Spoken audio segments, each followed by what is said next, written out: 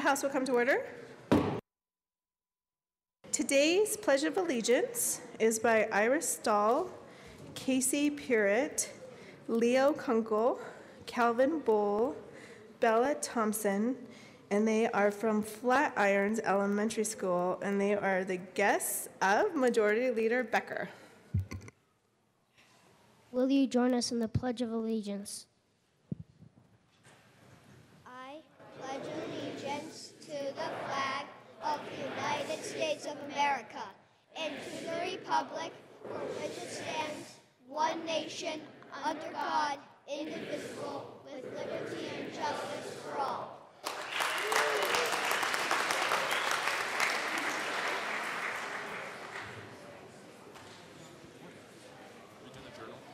Yeah.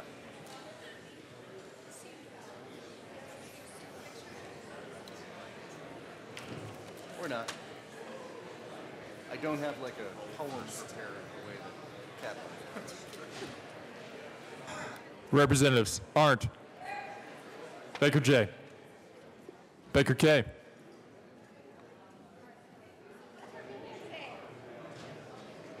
K. Becker,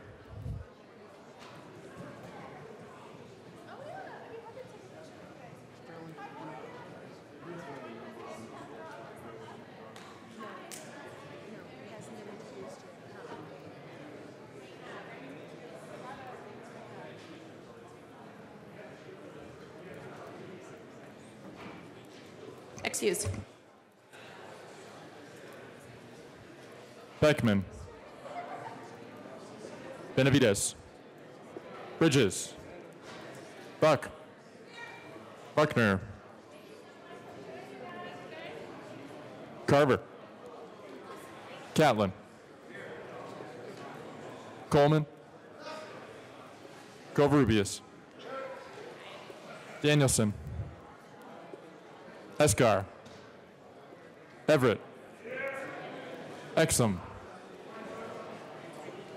Foote, Garnett,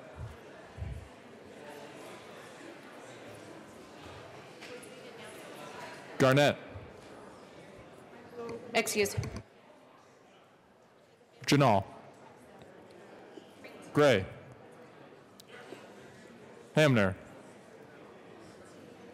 Hanson, Harrod, Harrod, Excused. Hooten, Humphrey, Jackson, Kennedy, Crabtharp, Landgraf, Lawrence, Lee. Representative Garnett is present. Leonard, Lewis, Liston, Lontine, Lundeen,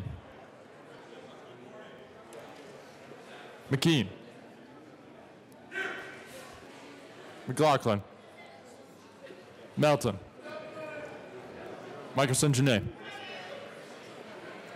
Representative Harrod is present. Neville, Pabone, Pedersen,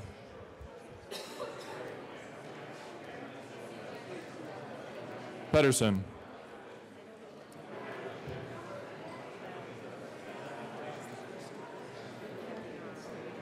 Excused. Rankin, Ransom, Ryer, Roberts, Rosenthal, Sane,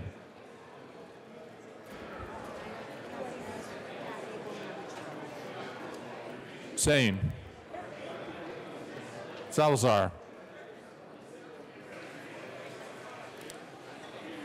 Salazar, Sandridge, Sias, Singer, Thurlow, Valdez, Van Winkle, Weissman, Willett, Williams. Wilson.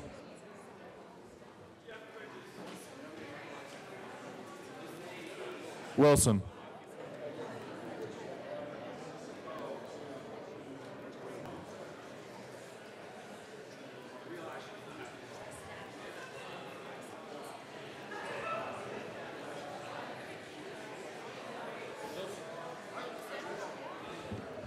Representative Wilson is excused.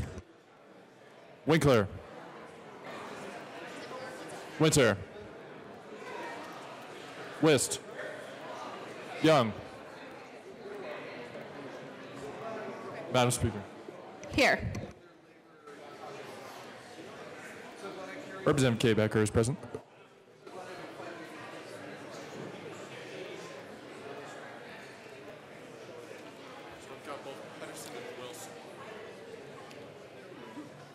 Did you meet my friend? With 63 present and 2 excused, we do have a quorum. Representative Bridges, good Thank morning. you, Madam Speaker. I move the reading of the Journal of Friday, April 27, 2018 be dispensed with and approved as corrected by the Chief Clerk. All right, members, you have heard the motion. All those in favor signify by saying aye. Aye. Those opposed signify by saying no. That motion passes. All right, announcements and introductions. Madam Majority Leader Becker. Members, can I have your attention? There's a very special group of kids in the chamber today. They are the 4th grade class of Flatirons Elementary, and my son is in that class. They're at the sides and up in the balcony, and my son Leo is sitting right here in my seat. So if everyone could give them a big round of applause.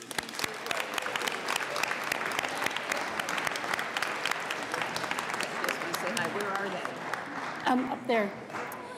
And this is Representative Edie Hooton, who also represents Boulder. And I also want to give members just a quick update on how the day is going to go.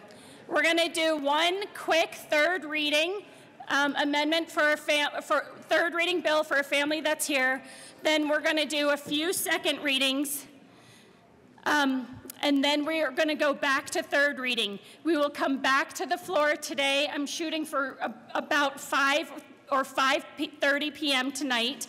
There will be a call of the House, and expect to stay late in the night tonight.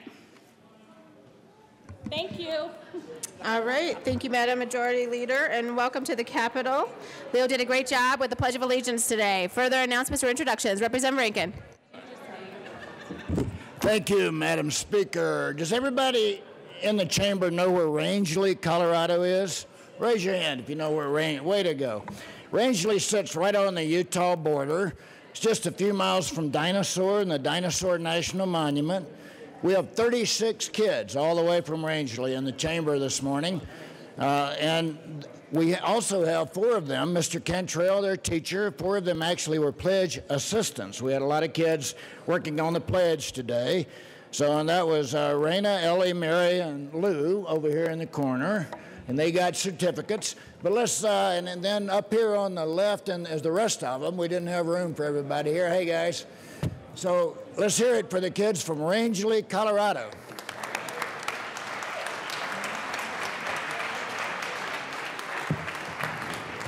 Representative Herod. I just want to say hello to the Rangeley kids as well. Hi, you guys. I think we'll be talking later. Thanks for coming to the Capitol. Further announcements or introductions? Representative Ransom. Thank you, Madam Speaker. Members, I think you know that I worked here back many years ago, and there was a wonderful representative that worked here when I did, and she served here. And anyway, so former Representative Debbie Stafford is in the chambers with us today, and I'd love it if you'd all help me welcome her. Representative Buckner. Madam Speaker, thank you. I would also like to introduce Debbie Stafford, former state representative, because she lives in my House district. She's been very instrumental in being an advocate in HD 40. So Debbie Stafford, thank you for being here today, and we really appreciate all the work you did as a state representative. Welcome to the Capitol. Good to see you. Further announcements or introductions? Representative Young. Thank you, Madam Speaker. Members, I think you saw the appropriations calendar in the schedule in the calendar, but if you haven't seen it, we have several bills. Please take a look in the calendar. I think there are 11 bills, and we will be meeting upon adjournment in LSBA. Thank you. Further announcements or introductions? Representative Arndt and Representative McKean. Good morning. Thank you, Madam Speaker. We have a tribute today to some very special guests who are on the floor. We have the Consul General, Stéphane Lessard from Canada. We have the Brigadier... Just one moment. Let me get everybody's attention. Thank you. Members, it is very loud in here. We do have a tribute this morning. Representative Arndt and Representative McKean. I'll start over. Good morning, colleagues. Thank you for having us. We have a tribute this morning, and it will be read at length in just a minute, but right now I'd just like to point out that we have the Consul General from Canada here, Stéphane Lessard. We also have the Brigadier General Hike here with his wife, Patty, and now we'd like to have the tribute read at length. Mr. Randall. The Senate and House of Representatives convened in the 71st General Assembly hereby extend sincere commendations to Kelly Craft, the United States Ambassador to Canada, in recognition of the prosperous relationship between the nation of Canada and the state of Colorado and the 60th anniversary of NORAD. The nation of Canada and the state of Colorado have long held an essential relationship that provides significantly for the security and trade of both nations. Bilateral trade between our state and Canada totals $4.1 billion and employs over 141,000 Coloradans, making Canada the top export destination for Colorado. In addition to this essential economic relationship, Colorado and Canada have been working side by side for 60 years, defending both of our nations at the North American Aerospace Defense Command located in Colorado Springs. This partnership between the two countries is critical for our security and is an indispensable resource we are proud to have in our state.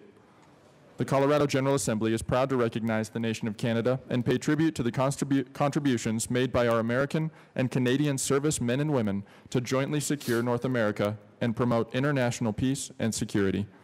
On request of Representatives Jenny Arndt and Hugh McKean, on Senators Jerry Sonnenberg and Lucia Guzman, given this 30th day of April 2018, State Capitol in Denver.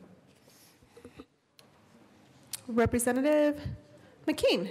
Well, thank you very much, Madam Speaker, and welcome to our guests. Thank you so much for being here today.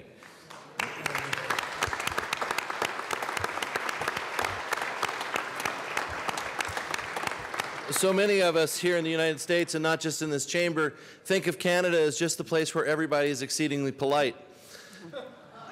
But actually, they are.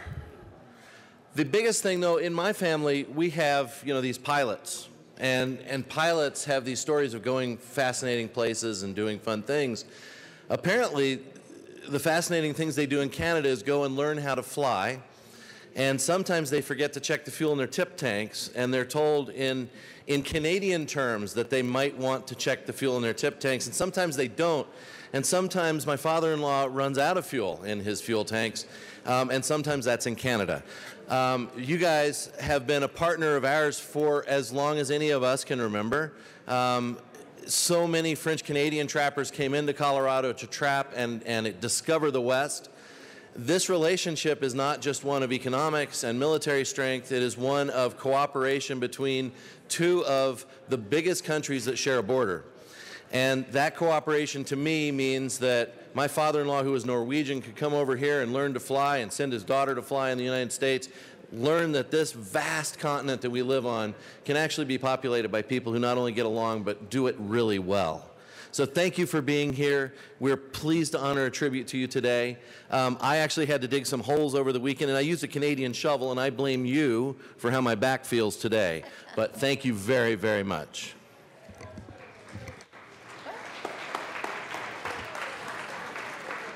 Representative Hansen. Thank you very much, Madam Speaker, and I also want to join with a very warm welcome to our guests. I wanted to point out the interdependency of our relationship with the Canadians. It cuts across all sectors of our economy, runs into the billions of dollars every single day. It's so important that we maintain these great relationships, and I'm so glad to have our guests here today. It includes things in Colorado that are so important like ag products, energy products. There's a deep interdependency, and I think we need to honor and respect that friendship every day, and I'm so glad to have you here. Thank you, sir. Representative Liston. Thank you, Madam Speaker. Well, members, I rise in support of our good friends from Canada and our Air Force friends. As you may know, members, and it's been said, we have such a great, unique relationship with the country of Canada. Some of you may or may not know that the U.S. and the Canadian border is I believe it's the largest undefended border in the world, and that's for a lot of reasons. One is that we have such good friends up north. They have such a great economy. I worked for the Royal Bank of Canada for 31 years. It's the largest bank in Canada, and the entire Canadian banking system is extremely strong. The U.S. banking system could probably learn something from our good friends in Canada. And I also put in a plug. I believe it's the largest fjord in North America is in Saguenay. I believe you should go visit there, Saguenay. It is a gorgeous part of Canada. It's just north off of the St. Lawrence Seaway. So to our Canadian friends, you are true allies. You have a great country, a beautiful country, and we're honored to have you as such good friends. And to the Commander-in-Chief of NORAD, that is such a great relationship. Happy anniversary to our NORAD friends. Thank you very much.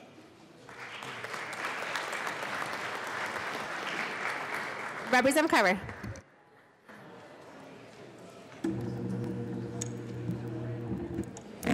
Thank you, Madam Speaker. It is a special honor for me to be able to welcome and commend our Canadian friends. On 9/11, I was pulling reserve duty as a JAG at Air Force Academy, and also at that point had worked as a civilian attorney for NORAD, U.S. Spacecom, Air Force Spacecom. And on that day on 9/11, when we went to Delta, and many of us had served a lot of years and had never gone to Delta, NORAD did what NORAD had been preparing for since our binational command was established in 1958. That is how long our ironclad partnership goes back with the great nation of Canada. And in that binational command on 9/11, the Canadians do what they always do, our most steadfast and stalwart friend and comrade in arms. A Canadian was in charge that day as FAA gave orders for every plane to get down. Who stepped up and provided landing for our planes? Our friends, the Canadians. And so once we came off Delta, those of us that were reserves in the area were immediately ordered to start pulling 12-hour shifts up in NORAD. And it's, as you may know, sir, it is an hour to process into NORAD and an hour to process out. And so we pulled those shifts side by side with our Canadian friends. And we continued to pull those shifts for months at a time because of the grave threat to our combined countries. And when we stood up U.S. Northcom, and it was seamless, it was natural that we would combine our Homeland Defense Command, our U.S. Northern Command, with our binational Canadian friends, and U.S. Northcom NORAD was established. I was honored to be part of that initial group that helped stand up Northcom NORAD. And some of that, quite frankly, we made it up as we went because there were no laws on the books. And we were very, very sensitive to the fact of what we were doing and to make sure that the military stayed in their lane.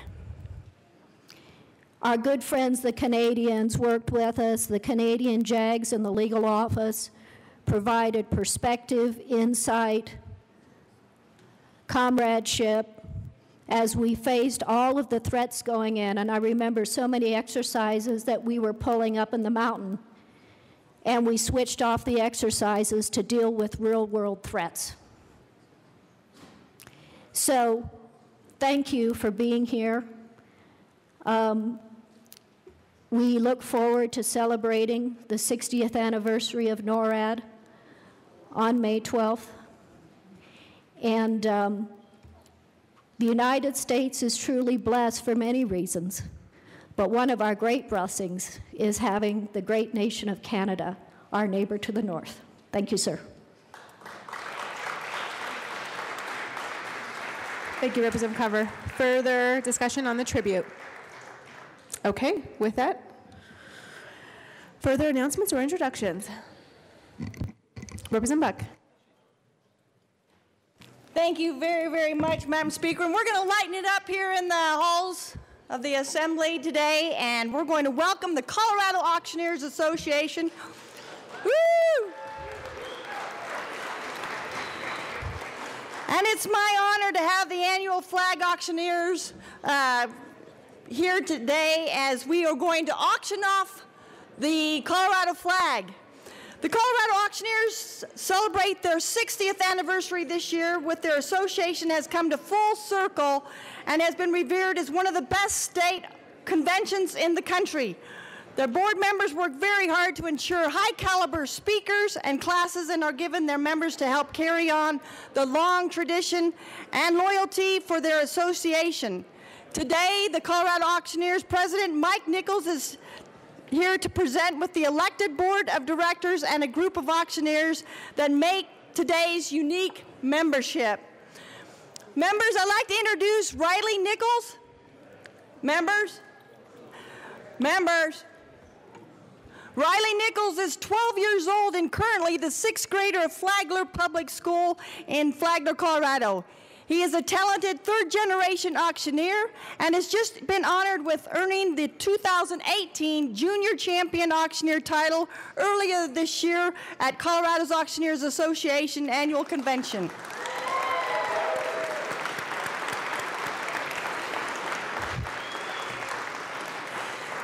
And today we have Dean Gunter, 2018 Colorado Auctioneers Association State Champion. Dean Gunter is a Marine Corps veteran who owns Mile High Car Company in Colorado Springs. He currently serves as the president of the Colorado Independent Auto Dealers Association. He is a graduate of the Worldwide College of Auctioneering and a member of both the Colorado and National Auctioneers Association. Mr. Gunter, please do the honors and auction this wonderful Colorado flag off. Oh, it'll be my pleasure to auction off the flag. On behalf of the Colorado Auctioneers Association, I'd like to pause and just thank you for your commitment to our great state and this great nation. Thank you for your service here to this state. It means the world to us. And here with me today is Scott Schuman, the president of the National Auctioneers Association, who happens to be from Colorado. All right, ladies and gentlemen, we got a flag to sell. Don't we, Riley, my junior champion? He's going to hold the flag high. All right, ladies and gentlemen, who to be 25, now 30. Now here 30, but about 35, 40, but about 40, but about 45, now 50. 8, but about 50, but about 50, but about 50, but about 55, 5, number 55, now 60, but about 65, now 70. 8, but about 70, but about 75, 5, number 80. 8, but about 80, but about 85, 5, but about 90. 8, but about 90, but 95, 5, but about 100. And here to 1, 5, 105, 5, 10, 8, but about 10, 15, 8, but about 20, but about 25, 8, but about 30, but about 35, 8, but about 35, 5, but about 40, 8, but about 140, but about 150, but about 160, up 60, but about 170, 170, but about 180, 180, but about 80, but about 80, but 190, 190, but about 200, 8, but about 2, out of 2, but about 2, out of 2, but about 200, 190, but 8, but about 2, but about 210, now 210, 10, here to 10, but about 20, now 220, but about 20, but about 20, but about 20, but about 20, I get 210 bid here, now 20, but about 200, 8, but about 230, up 30, but about 30, but about 30, but about 30, but about 30, but about I'm 230, 220 bid, 8, but about 30, up 30, but about 30, but about 30, but 8, but about 30, well, to end, we all happy? Sold your way, $220, $220.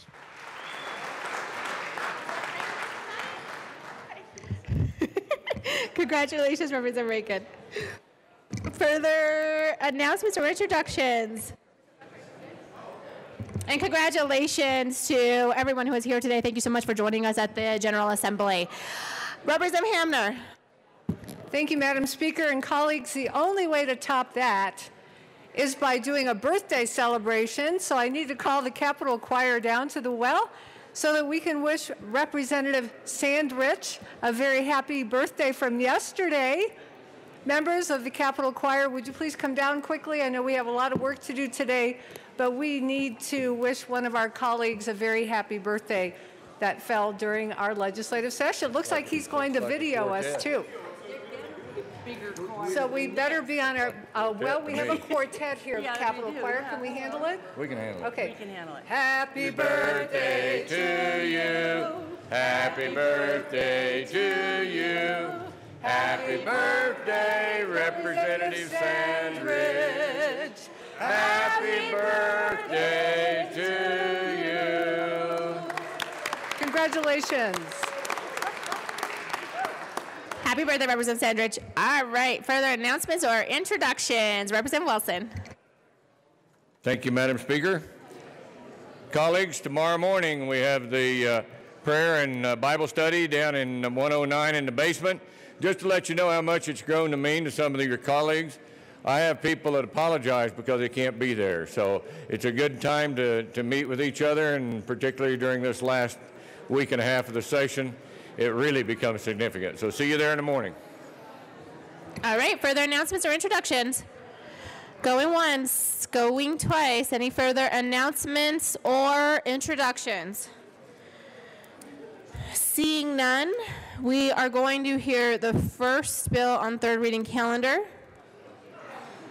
Madam Speaker Pro Tem, can you please take the chair?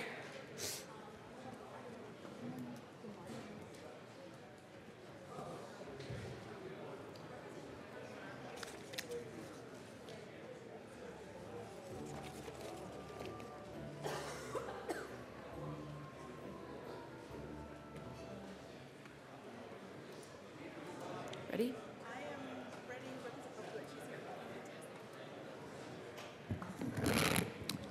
Okay. Madam Majority Leader. Mr. Randall, please read the title of House Bill 1255. House Bill 1255 by Representatives Duran and Carver, also Senators Cook and Cafalas, concerning the creation of a childhood cancer awareness license plate and in connection therewith making an appropriation. Madam Majority Leader. Thank you, Madam Speaker. I move for the passage of House Bill 1255 on third reading and final passage. Madam Speaker, Representative Carver. Thank you, Madam Speaker Pro Tem. Just a second, Madam Speaker, will you? Hey, members, we're on thirds. If you could please take your seats and pay attention to the well, we can get some business done today. Thank you. Please continue, Madam Speaker. Thank you, Madam Speaker Pro Tem. Members, I do want to ask for permission for a third reading amendment. Oh, dear.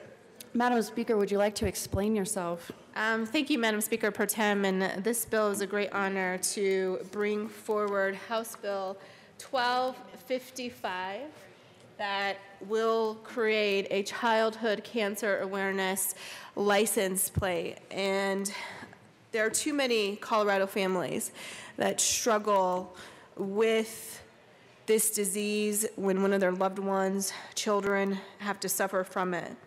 And today I'm offering a third reading amendment, L004, that will name this act the Gabrielle Sanis Stephen Childhood Cancer License Plate Act, because this idea came from a very young man who was courageous and an inspiration to all of us who is in the chamber today.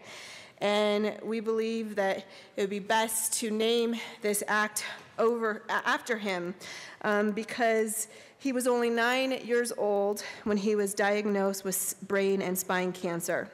And to fight the cancer, he received radiation and chemotherapy at Children's Hospital Colorado for 10 months.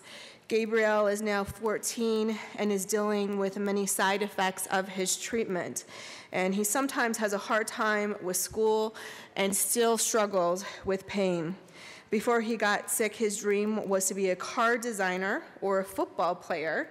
And unfortunately, though, Gabriel has a tough time playing sports with other kids his age. But he is somebody that has just been so incredible throughout this entire process. And it says a lot about somebody when there is tragedy in one's life, that they turn that tragedy into triumph. And he does not want others to have to struggle the way in which the way he has. His mother, Kathleen, who is also here today, shared with us that Gabriel has always been fascinated by cars, and if there's 4 wheels and an engine driving alongside you on the road, chances are Gabriel knows the year, make, and model. He has a very bright future in front of him, and we want to continue to see him be able to succeed.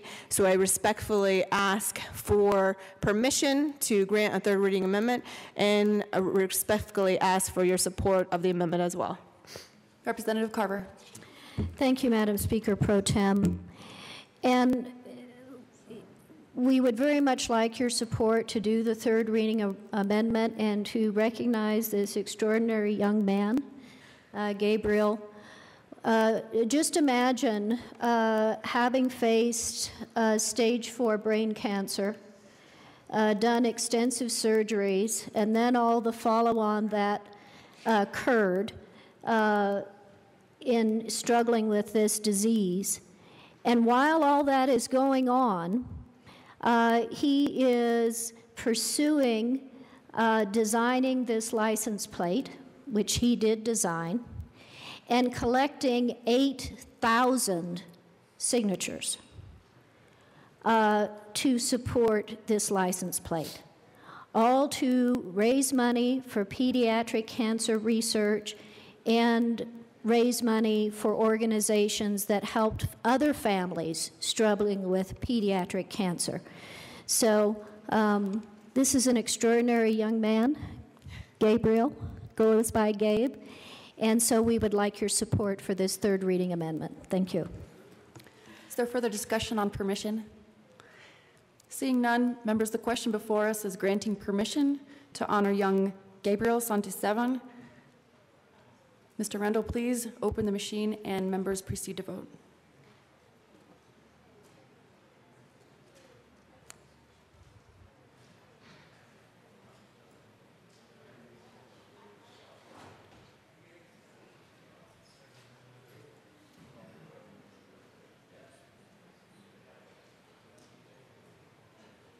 Representative Lee.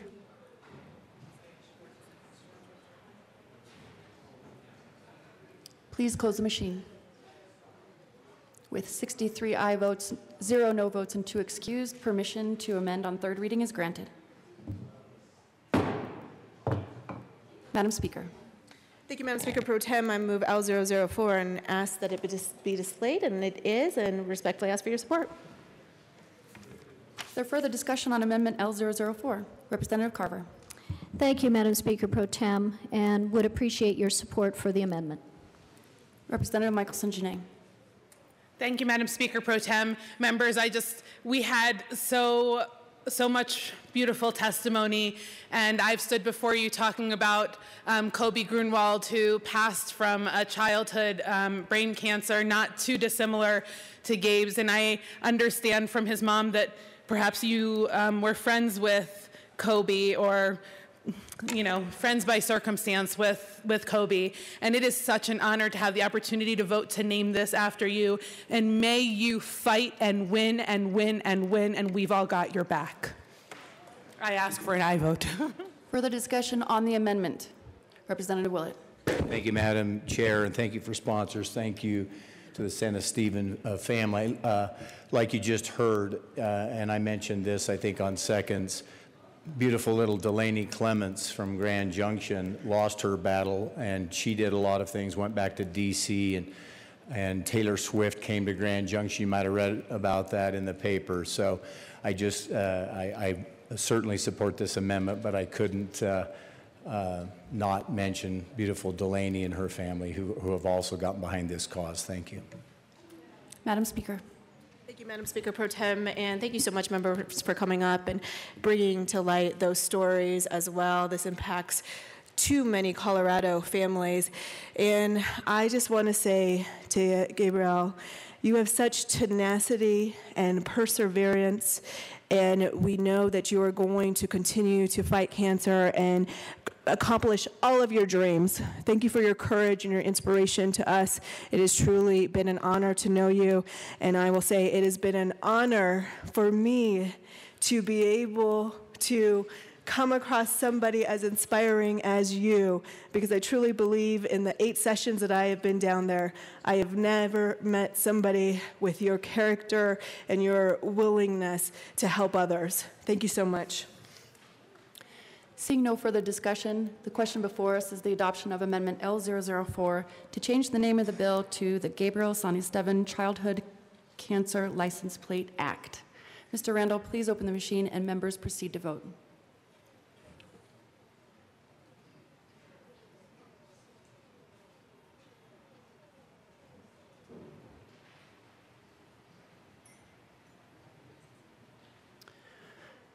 Representative Pedersen. Representative Lewis.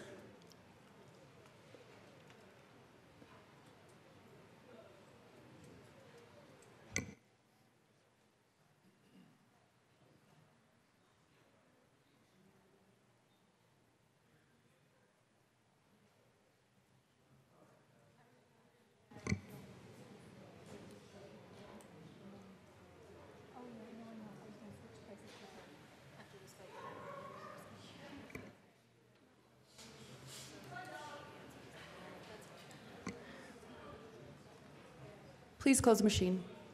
With 63 aye votes, 0 no votes, 2 excused, the amendment is adopted.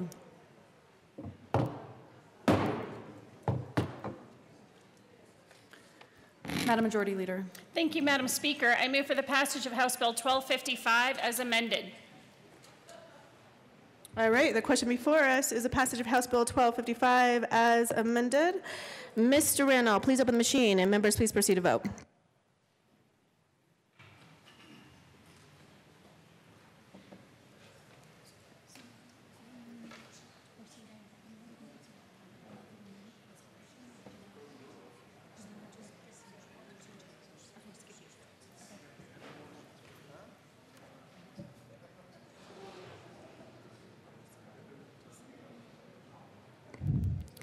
Please close the machine.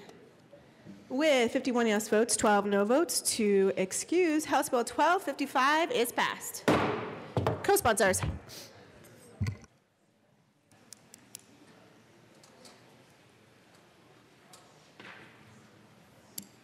Co-sponsors.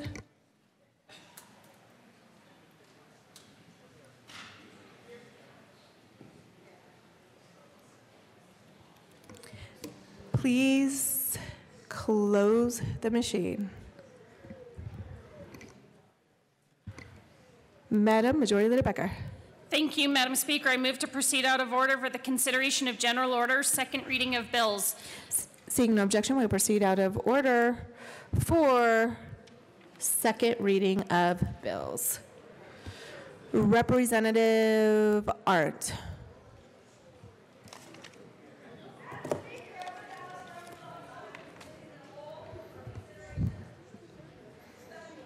All right, seeing no objection, Representative Arndt will take the chair, and as she comes on,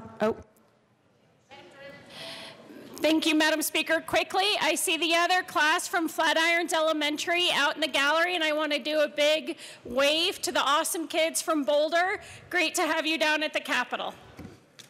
Thank you so much for joining us. And as Representative Arndt comes up here to take the chair, I would like to ask the Santisteban family, Gabriel and his mom, to please stand up. And members, I think we should give them a very warm reception for all of their work on the license plates bill.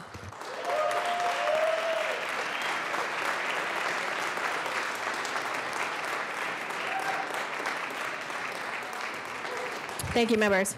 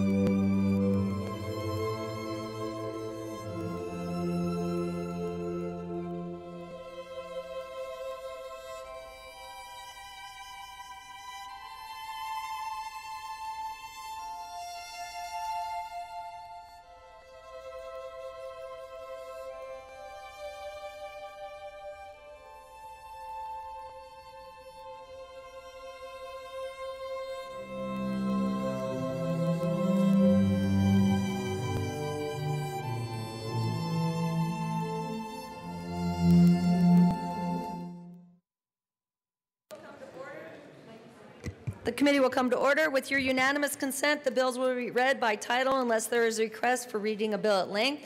Committee amendments will not be read unless requested, as they are printed in your bill folders. Floor amendments will be shown on the screen and on your iPads and not read unless requested. Bills will be laid over upon motion of the majority leader, and the coat rule is relaxed. Is everybody ready to start? Here we go. Mr. Randall, please read Senate Bill 205. Senate Bill 205 by Senators Marvelingus and Coram, also Senators Catlin and McLaughlin, concerning the regulation of industrial hemp as an agricultural product and identifying the unprocessed seeds of industrial hemp as a commodity under the Commodity Handler Act and industrial hemp as a farm product under the Farm Products Act. Representative Catlin. Thank you, Madam Chair. I'd like to move I'd like to move Senate Bill 18205 on second readings. Is there discussion on House Bill 205, or would you like to explain the bill, Representative? Yes, ma'am. It's concerning the regulation of industrial hemp as an agricultural product, and in connection therewith identifying the unprocessed seeds of industrial hemp as a commodity under the Commodity Handler Act and the industrial hemp as a farm product under the Farm Products Act. And I also have an amendment, Madam Chair. Okay. Representative Catlin. Thank you. I move amendment L001, an amendment to the bill, and ask that it be displayed on the screen. The amendment is properly displayed. Would you like to explain the amendment, sir? Thank you, Madam Chair. What this amendment will do is it takes out the word Farm Bill and inserts the word federal law to be consistent with federal law, so that this piece of legislation will move through to be a law regardless if there's a farm bill or not. I don't think we should have to wait for the federales to decide what they want to do. Is there discussion on this amendment, L001? See Representative Lewis.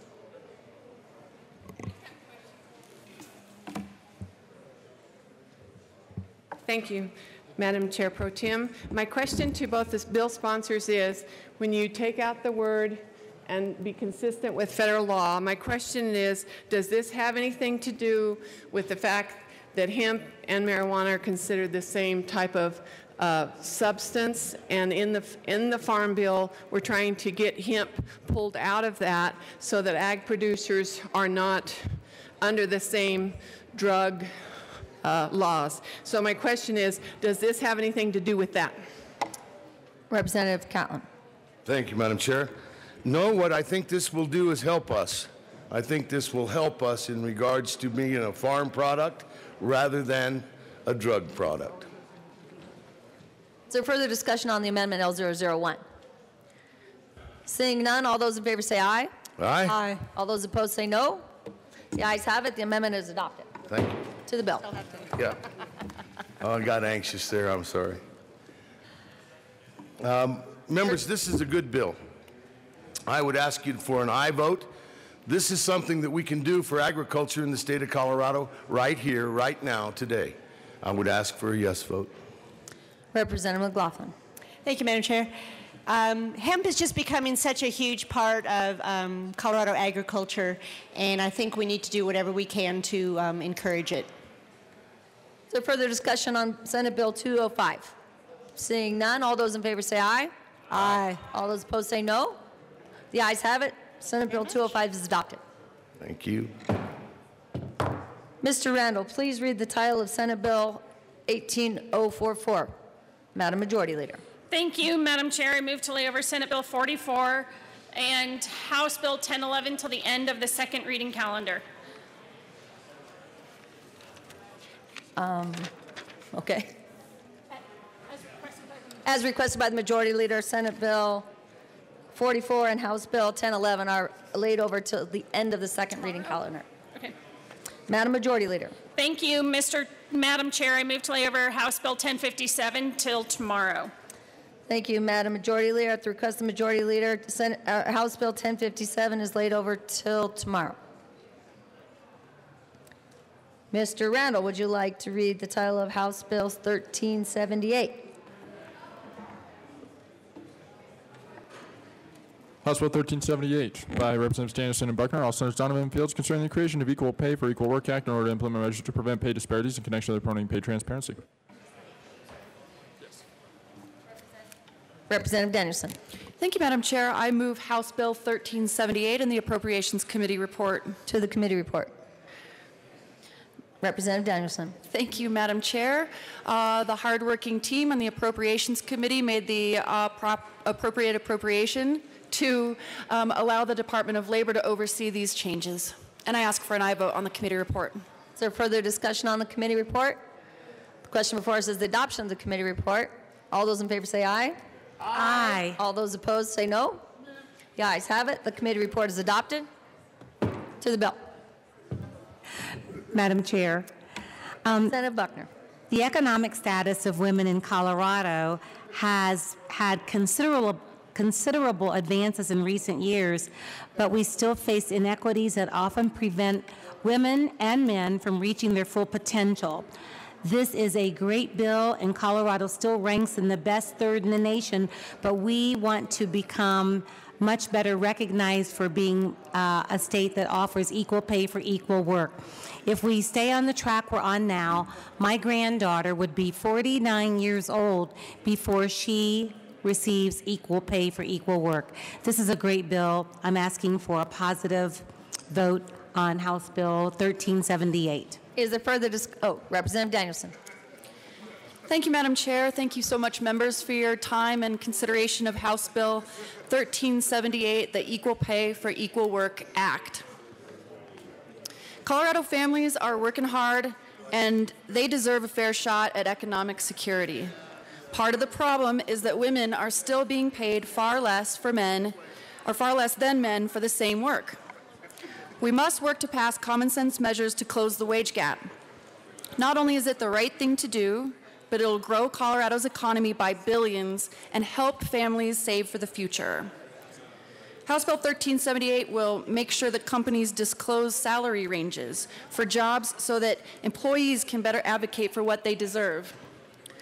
It'll allow people who have been discriminated against to take action and hold those bad actors those irresponsible corporations and companies accountable. It gives workers the tools they need to get paid what they should and advocate for fair pay. Keep in mind, if we do nothing, our inaction will mean that the wage gap between men and women won't close for another 40 years. I brought my daughter Isabel to Equal Pay Day when we introduced this important measure.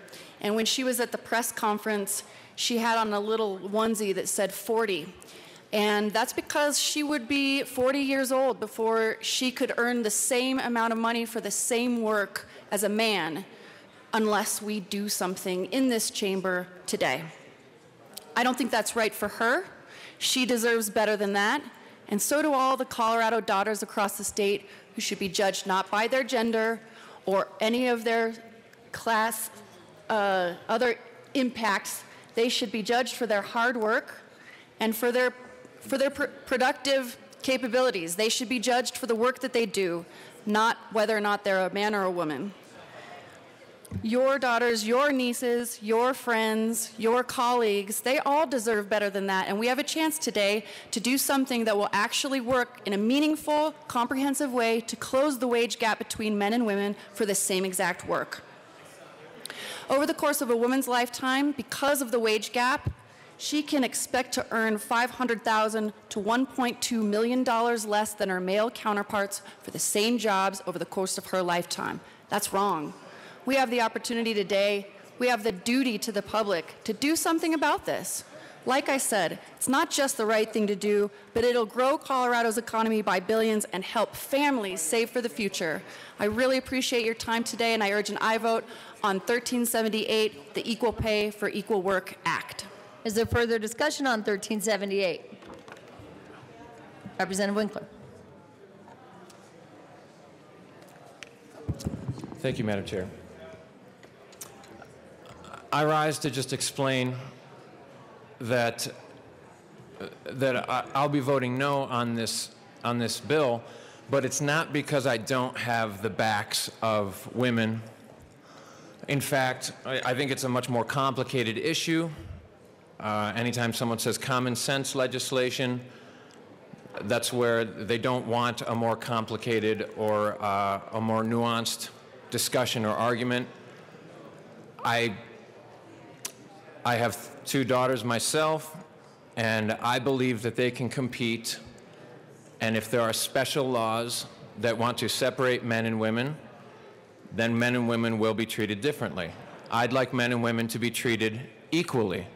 And so I don't think women need the government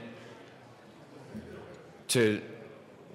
The government should have everybody's back, not just women's back or not just men's backs, everybody equally. And it's because I'm a fan and I'm standing up for women, and I think that they're capable, and I think they can compete, and I think that they have wonderful skills that we all value. And I just wanted to make sure that it's a positive message coming from those who will vote no on this bill. And I just want to make it be known that it's not because we don't have women's backs or something like that. It's because I honestly feel that this type of legislation will hurt women and hurt the cause for gender equality. A no vote on this bill and a no vote for this kind of legislation is going, I feel, protects women and does not set them aside as a special, hey, we've got to do something special because they can't take care of themselves or compete themselves. I'm not sure. I just want to make sure that it's very, very clear that I'm a fan of women. I think they can compete. I think that they bring things, quite frankly, to the workforce that men don't. And we should value everyone for their contributions. We should value them equally, and I think we do. And I think that different people are different, and we just treat people for what they bring to the workforce. And I think you can compete for those. If you're a woman, you can compete for your wages, just like anybody else can. We don't need to separate you and say you're special, so you get this. You can do it yourself. I have faith in you. and I'm proud of you. And so a no vote, quite honestly, from my perspective, goes to protect women, and I'm on the side of women. So thank you. Is there further discussion on House Bill 1378? Representative Buck. Thank you, Madam Chair. And as a woman, I ask you also to vote no on this bill. To be honest with you, I think I want to be judged on my merits, not because I wear a skirt or because I'm female. I will go to battle on behalf of everybody in this chamber and beyond on protecting them for what equal pay is for all. But at the end of the day, when you start segmenting one out versus another, it's a business that we shouldn't have our nose in.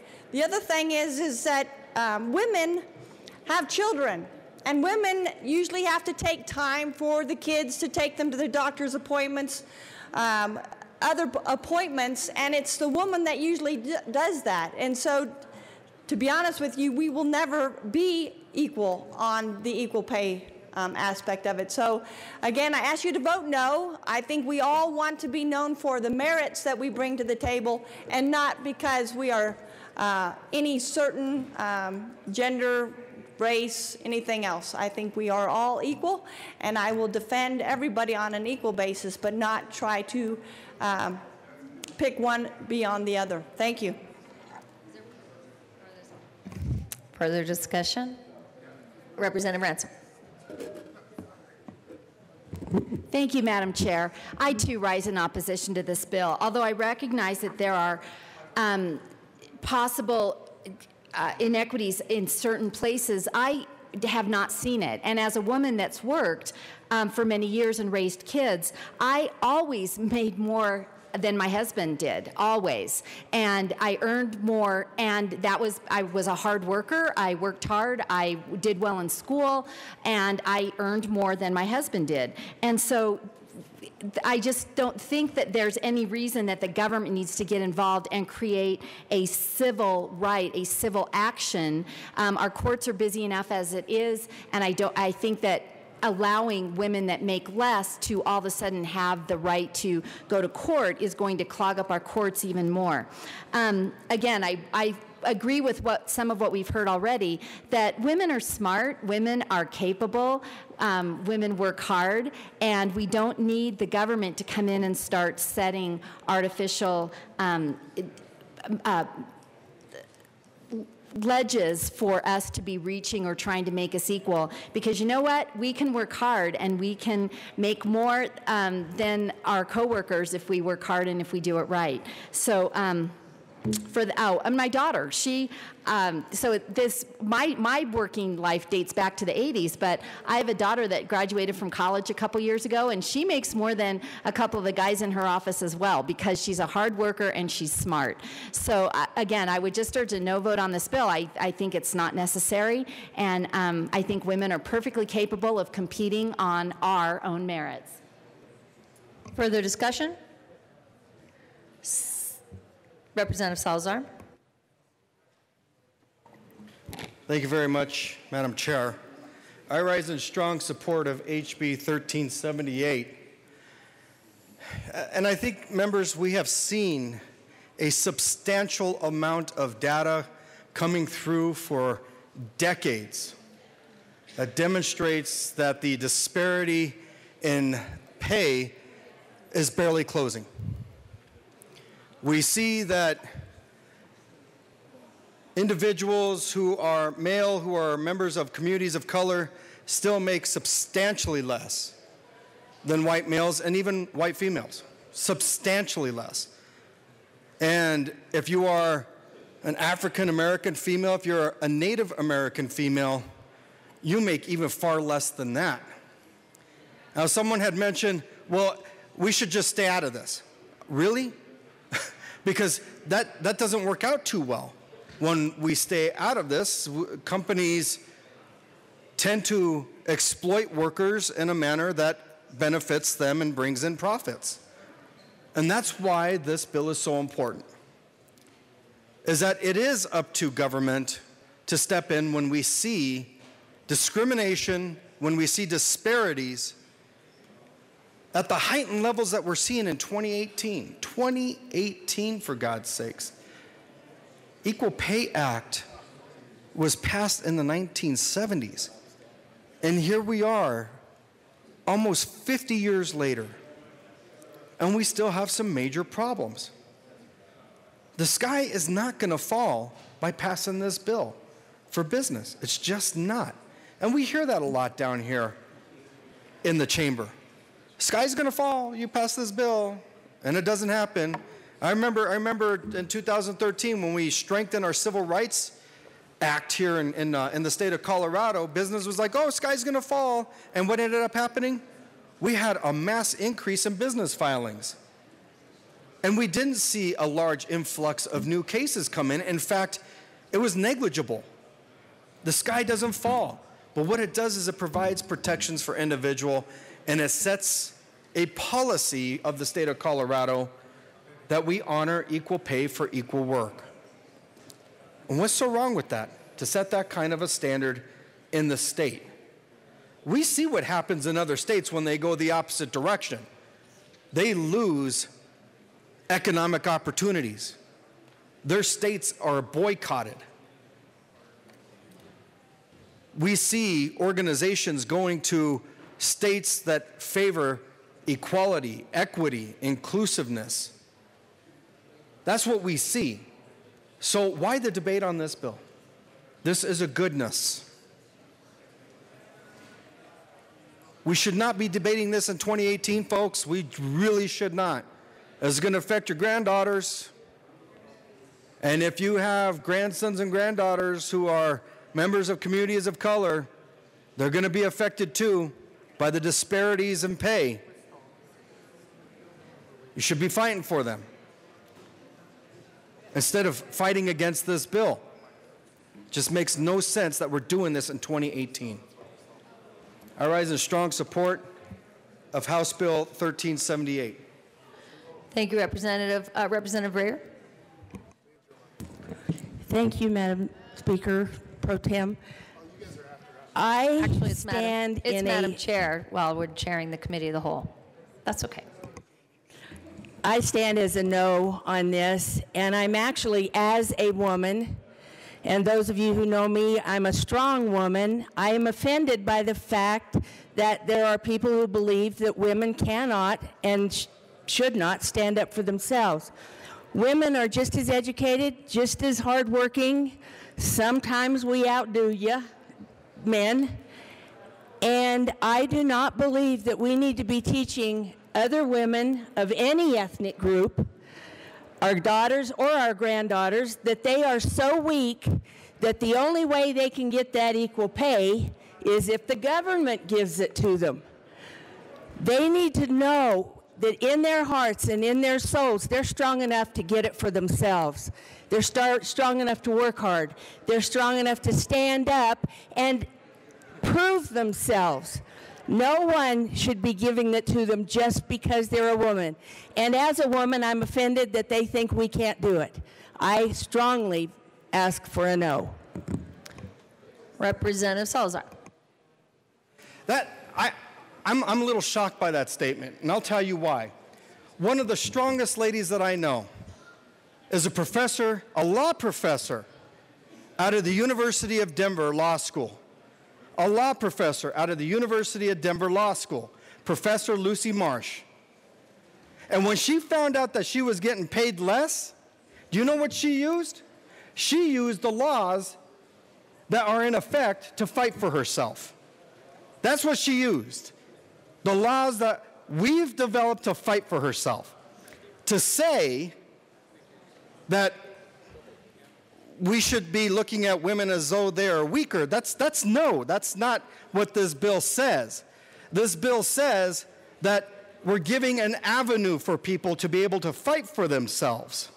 That's what she used. Now imagine she didn't have that. Imagine she didn't have the Equal Pay Act, or imagine she didn't have the Colorado Anti-Discrimination Act. She wouldn't have been able to get her way in court. There would have been no recourse for her to be able to fight. This gives her the tools. as well as it gives everybody else the tools to fight for equal pay. It's not saying you're weaker or lesser or anything like that. It's saying we're giving you the tools to fight for yourself because we know that you can fight. It's not a Pyrrhic victory. It's an actual victory. That's what this is about. I think Professor Lucy Marsh would be highly offended by what was just set up here. Because, boy, I tell you, she was my professor, and she's mighty. She's mighty. She has a fury about her. But she was able to be successful because the laws protect her. That's what this bill is about. This chamber sometimes, man, I'm telling you. This chamber sometimes. Yeah, Representative, exactly. Exactly. He knows what I'm talking about with Lucy Marsh. And she'd disagree with you. And she would not disagree with me. In fact, I know why she wouldn't disagree with me, because she did fight. That's why she wouldn't disagree. She would say, give them the tools to be able to fight for this. Man, this chamber sometimes, it's astounding to me. Representative, please stick it to the bill. I am sticking to it. Give me a bill. I'm going to stand on that bill. I am sticking to this bill. Okay. And I can express exasperation when need be. And I am expressing exasperation right now. This isn't about who's weaker or who's not. This is about giving people the opportunity, the tools, the ability to be able to fight for themselves. That's what this bill is about. I rise in strong support of House Bill 1378. Representative Buckner.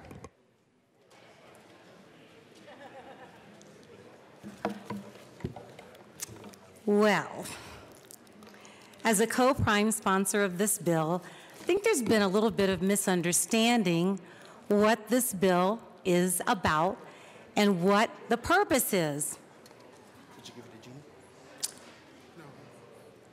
Equal pay for equal work, not just for women, but for all people. Inequities, not about color, but about inequities in the workplace. You all, whether you want to believe it or not, pay discrimination is real, and it's a persistent problem that continues to shortchange women, especially because women are the ones who are affected the most. Women are the primary or co-breadwinners in 3/4 of families in Colorado. And the pay gap can be a major obstacle to the family's ability to make ends meet, and paying people for their hard work shouldn't depend on their gender, race, or ethnicity. I just want to give you some statistics here. In 2018, April of 2018, Colorado white women, Caucasian women, were paid 86 cents for every dollar paid to men.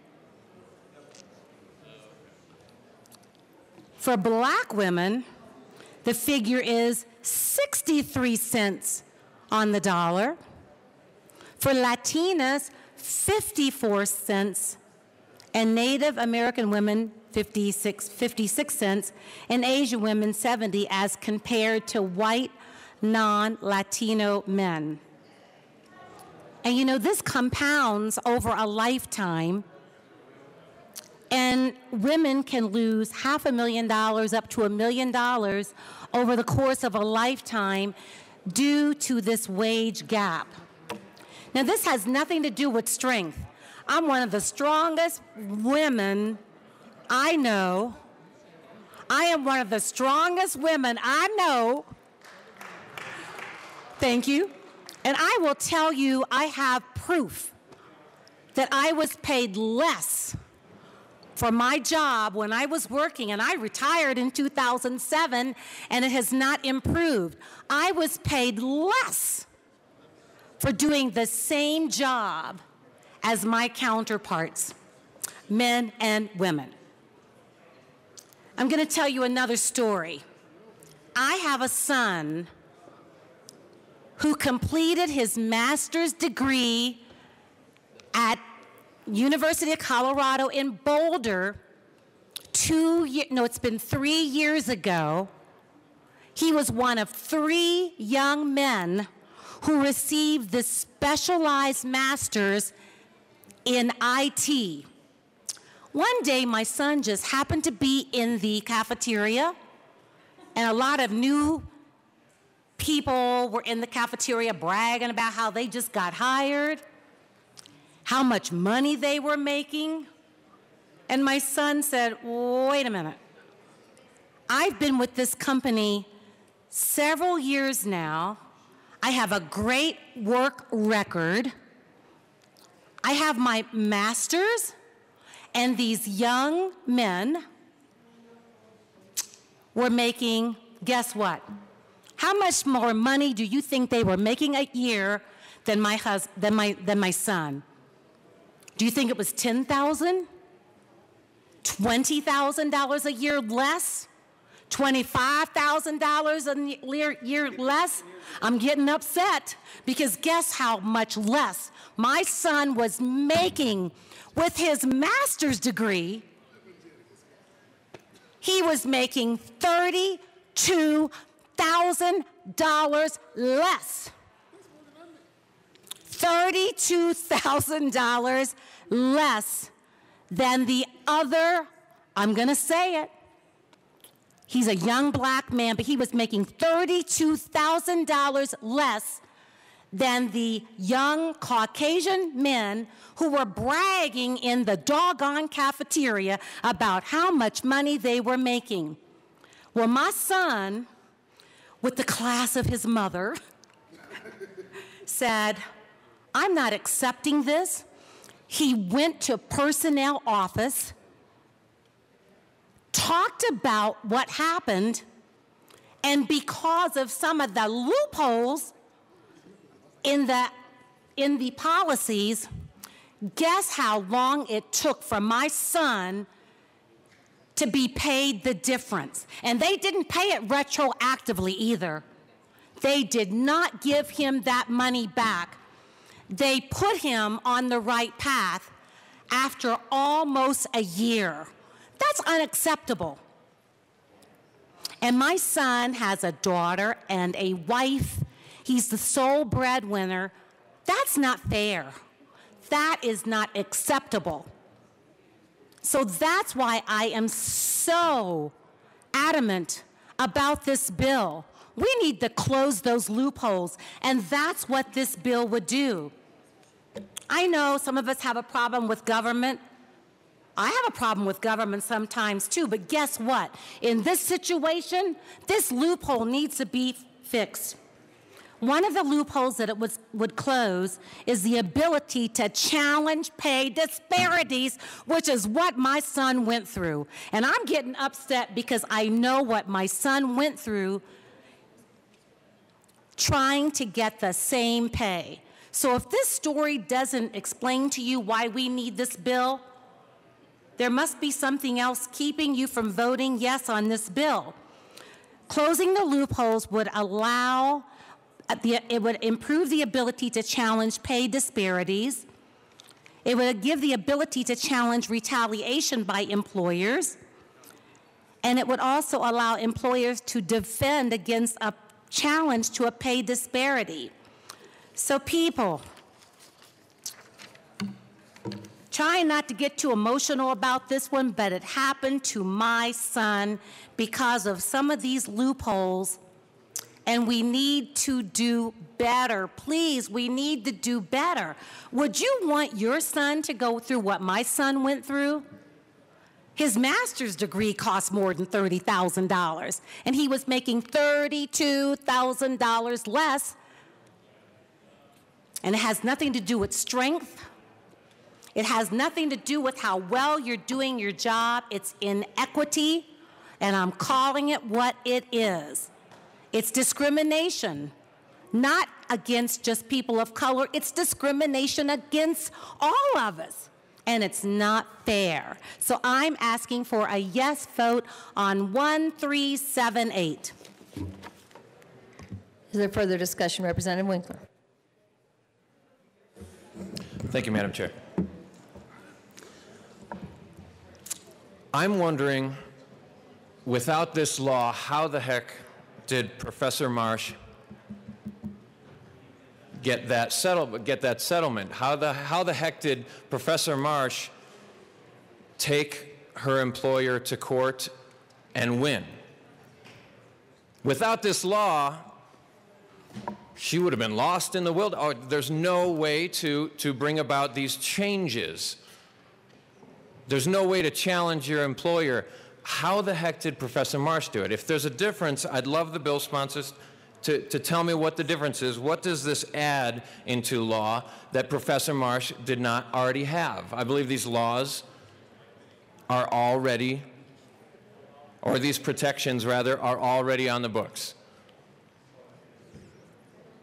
And I'm wondering where my Y chromosome bonus is. I think everybody in here gets paid the same amount.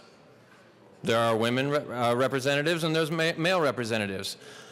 I'm upset that if I'm making so much more money, then I'd like to know where my Y chromosome bonus is. I don't see it. I value women and men for what they bring to the table. And adding in protections that are already there, Professor Marsh already, she won. And if she was discriminated against, she took it to court and she proved it. That's proof that these mechanisms are already in law. And if you are discriminated against, I would love for you to take your case to court and prove it and fight for it. Fight for your rights. You already have the mechanisms to do that. This is just adding in more and more protections for more and more protected classes. I guess because the proponents of this bill don't think that you can fight for yourself. If your son wasn't getting paid well, I'm a little bit shocked, or not well, but as much as others, you're impugning that it was because they were Caucasian that they were getting paid. I believe that is what you said. The Caucasian co-workers were making more. They were. And I suppose you're assuming that the reason was because they were Caucasian. I'm glad that your son, and it was, okay. Well then,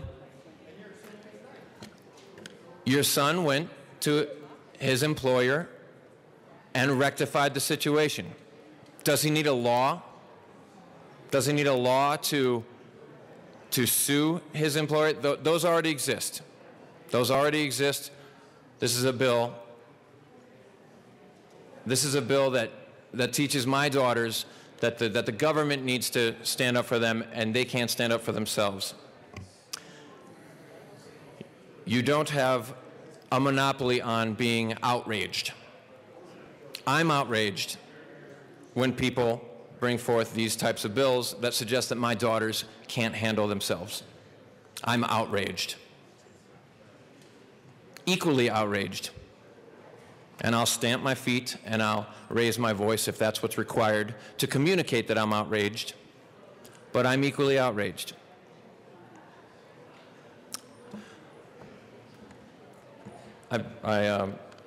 Please vote no on this bill. Representative McKean. Thank you very much, Madam Chair. So it's quiet in here, but it's also empty in here, which is too bad, because this is why we start having so many of these debates on third reading, is because people don't stick around to hear the debate in the first place. Here's the debate. Who is it that determines this? Who is it that determines what equal pay for what we are going to ask is equal work? And this is my challenge, is that that's incredibly subjective. As an employer, that is incredibly subjective. How is it that I determine what the value of my employees to my company is? And so when I sit here and I'm listening to arguments and I'm trying to kind of discern what it is about what I don't feel is right in a bill, sometimes things really stand out to me. We heard earlier how we look at all of these little divisions, all of these ethnic divisions, racial, gender, all of these divisions, what effect they have on the pay of an individual. And what frustrates me is I think what we're trying to do in so many ways is divide ourselves into little groups. When, if I were listening correctly to the sponsor, they're really saying, no, what we really want to do is make sure that everyone is treated equally, that we're all treated as part of one large group, and not with all of these little divisions and these little abilities to look at, are you of this race, are you of this gender, are you of this special class? And this is the challenge that I think we have in this bill and many others, is how can we make incredibly subjective decisions conscript to an objective law or rule? And I don't think you can. I just happen to be very involved in an industry that pays everyone exactly the same. You could say it's an ideal. In the aviation world, if you have a certain amount of seniority, if you have a certain type rating in an aircraft and you can do your job and pass your check rides, guess what? You get paid exactly the same, no matter the color of your skin, no matter the chromosomes in your body, no matter who you are. You get paid exactly the same. And that is not to comport with a law, but it is actually to comport with just good business practice. And I can promise you that in my own business, I do exactly the same thing. If you can do the job I ask you to do, you will be paid exactly the same. And with exceptions, of course, most employers are that way. So to my colleague's question, do we need a law? Do we need to treat every little division as a division that says this is a terrible problem and how are we going to solve it? One, is there a solution already there? Two, is this the job of government to make sure that we apply an objective standard to a very subjective world? And I don't think it is. I adore you, Representative Buckner, and I get more information from you when I hear how you come at these ideas and these subjects. I don't think this bill is the right way to get to this. I think that the market does solve many of its own problems because you know what? We all want to attract and retain the best employees we possibly can. Pay is a piece of that. I urge a no vote on this bill. Further discussion? Representative Sandridge. Thank you, Madam Chair. I really do commend the sponsors of this bill for the purpose of this bill. I definitely understand where they're coming from, but it does come to the law of unintended consequences, and it just brings to question. There's a lot of questions that I have. First thing, the name of the bill is equal pay for equal work. Gosh, how many times have I worked harder than somebody and they made more money? It should be equal pay for equal production. If you hire people, you don't hire people for their work. You hire people for their production. I've hired a lot of people who sold things. Some people just work less and sell more. They paid more. They got paid more. They just didn't matter what race they were, what gender. They worked less, got paid more. How do you deal with that? How do you deal with that? And there is, I've worked for a international financial firm, and there are racial issues there. If I wanted to get hired in the office in Hawaii, they wouldn't hire me. Here's what they told me. They said their customers like to talk to Hawaiian financial advisors, and that Hawaiian financial advisors make more money. So they wouldn't transfer me there because I wouldn't make any money. This is not fair. Miami, office in Miami, wouldn't hire me either. I wasn't Hispanic, and I didn't know Spanish. They said Spanish people like to talk to people who feel like they're going to relate to them. That's just reality. Don't kill the messenger. How do you deal with something like that? So that's where, should they be forced to transfer me, even though I'm not going to make or produce as much as somebody else? Should they be forced to pay me what somebody else makes, even though they're producing more? I mean, that's just questions. I really don't know. So hopefully somebody can answer that. Thank you. Any further discussion? Representative Sane. Thank you, Madam Chair. Members, today I wanted to speak to you on the premise of this bill. One of the oldest sales techniques in the book is to sell you something. You must make the customer be dissatisfied with what they have. Let me tell you some stats real quick. In 2009, under President Obama, the U.S. Department of Labor released a paper examining 50 peer-reviewed studies about the wage gap between men and women and found that the gap was entirely the result of choices made between men and women. Georgetown University did a study on the 5 best-paying college majors and the 5 worst-paying college majors. I'll just give you a couple examples in each. On the best-paying, it was petroleum engineer and pharmaceutical sales. Men dominated the one, and women dominated the latter. And the worst, theology and religious studies, men dominated that one, and psychology, women dominated that particular one.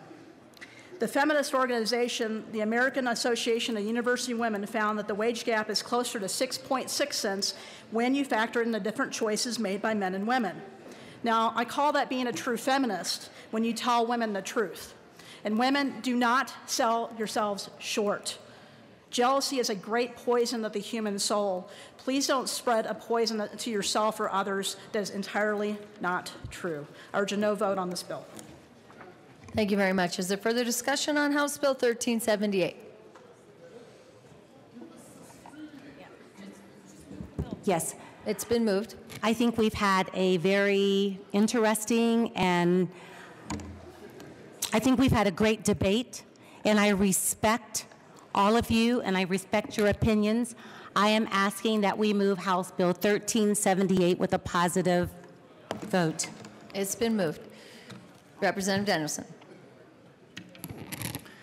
Thank you, Madam Chair. I think that Representative Buckner was very politely referencing some of the ideas that came forward today.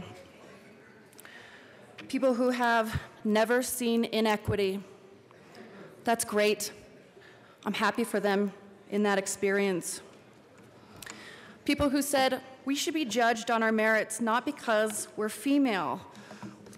Also, that we will never be equal in equal pay because we have families. Where is my Y chromosome bonus? Equal Pay Day marks the day that an average woman has to work into the next year after a man earns what she would earn for the same exact work. This year, that date was April 12th. Do you want to know what the date would be? The number of days that a woman would have to work if she happened to be African American to earn the same exact amount of money that a white man earns for that 12-month period the year prior? August 7th. A Native American woman, September 27th. A Latina Coloradan, November 1st. You are already receiving your Y chromosome bonus. There is already an inequity in the workforce where you are not judged by your merits. You are not judged by the work that you produce. You are not judged by how hard you dedicate your life to your profession and how well you do. Currently, you are being judged by whether or not you are male or female and whether or not you are white or any other protected class. And it is not okay when you work your tail off every day, day in and day out, and you earn less money because you're a woman or because you happen to not be white, Wouldn't it be wonderful if we had a law to clarify how we could handle this? An employer shall not discriminate between employees on the basis of sex or on the basis of sex in combination with another protected status as defined in section 2434-402-1A by paying an employee of one sex a wage rate less than the rate paid to an employee of a different sex for substantially similar work when viewed as a composite of skill, effort, and responsibility, and regardless of job title, except where the employer demonstrates each of the following: that the wage differential is based on a seniority system, a merit system, a system that measures earnings by quantity or quality of production, a bona fide factor other than sex that is job-related with respect to the position in question and is consistent with the business necessities such as education, training, or experience. That's exactly what the bill does. It clarifies that your work product is what you shall be judged on. And if you are in a job that is based on sales and you out-earn your colleagues, then you'll get paid differently. What this bill and what we have been talking about all day is the same work, and the only pay discrepancy is due to your gender or another protected class. This is called the Equal Pay for Equal Work Act for a reason, and that is because it'll give current employees the tools that they need to fight back and make sure that they earn what they deserve. Why do we need this bill? Because the court cases that Representative Buckner talked about shouldn't have had to happen in the first place. But if we pass this and we make it easier for employees to hold employers accountable for their discriminatory behavior, it will happen to fewer Colorado employees, including my daughter, including her granddaughter, your nieces, your sisters, your mothers. It is far overdue. Pass this law because what we have is not working. We have a chance to remedy this before my daughter hits her middle age. We have a chance to start to remedy this today. I really do appreciate your time today, folks, and I urge your aye vote on the Equal Pay for Equal Work Act. Thank you very much. Is there further discussion on House Bill 1378? Seeing none, the question before us is the adoption of House Bill 1378. All those in favor say aye. Aye. All those opposed say no. The ayes have it. House Bill 1378 is adopted. Thank you. Mr. Randall, please read the title of House Concurrent Resolution 1002. House Concurrent Resolution 1002 by Representatives Melton and Salazar, also Senators Williams and Cronic, submitting to the registered electors of the state of Colorado an amendment to the Colorado Constitution prohibiting slavery and involuntary servitude in all circumstances, but repealing the exception that allows slavery and involuntary servitude as a punishment for a crime. Representative Melton. Thank you, Madam Chair. I move HCR 001 and the 002 and the State Affairs Committee report. To the committee report. Well, in State Affairs, we changed up the language a little bit. However, the language still isn't correct. So we're going to ask for a no vote on the committee report. Is there further discussion on the adoption of the committee report? All those in favor say aye. All those opposed say no. No. The committee report is lost. Back to the resolution. Thank you. Representative Melton. Thank you, Madam Chair. With the committee report now dying, we're back to the original bill. And so with that, I move L002 and ask that it be displayed. L002 is properly displayed. Would you like to explain the amendment? Representative Melton. Thank you, Madam Chair. So much of this bill has been centered around how do we ask this question on the ballot? And we'll go into more detail in that. But what this bill does is it changes the question so it reads as, shall there be an amendment to the Colorado Constitution that prohibits slavery and involuntary servitude as a punishment for a crime and thereby prohibits slavery and involuntary servitude in all circumstances. With that, members, we think that that is a much clearer explanation to our voters, and we would ask for an aye vote. Is there further discussion on L002? Seeing none, all those in favor of L002, please indicate by saying aye. Aye. Those opposed say no. The ayes have it. L002 is adopted. To the concurrent resolution. Representative Salazar. Thank you very much, Madam Chair. This bill came out of State Affairs unanimously because we should be removing slavery from the Colorado Constitution. We ask for a yes vote. Representative Melton. Thank you, Madam Chair. And members, this is a bill and a debate that we've had in the State House for a couple of years now. Unanimously, 2 years ago, we decided to refer a measure, which ended up being Amendment T, to the ballot. And that amendment, or that HCR, was passed through both chambers with unanimous support. Again, that was all 100 legislators voted that this was the right move. However, the question then read in a confusing manner, and people did not understand that they were voting whether to vote yes to remove slavery or whether to vote no because you're against slavery. In fact, the question language back then in 2006 was, shall there be an amendment to the Colorado Constitution concerning the removal of the exception to the prohibition of slavery and involuntary servitude when used as a punishment for persons duly convicted of a crime?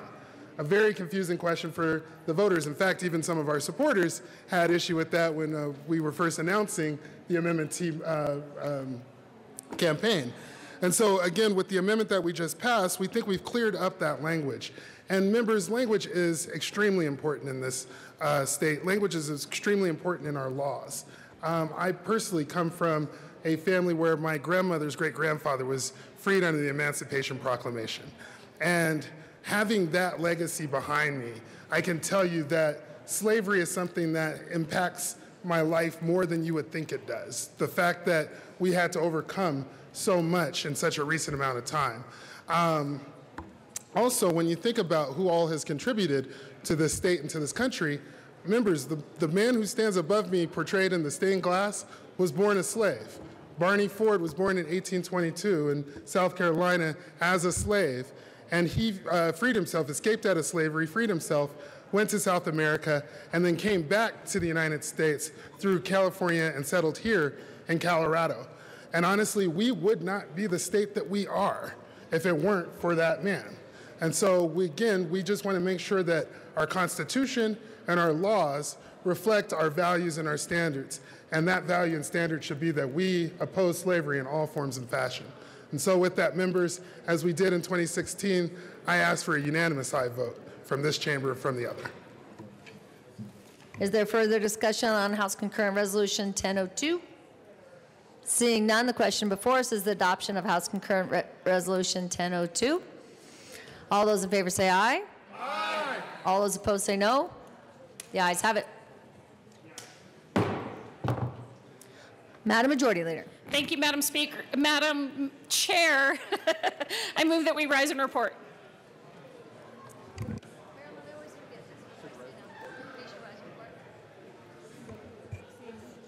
Seeing no objection, the committee shall rise and report.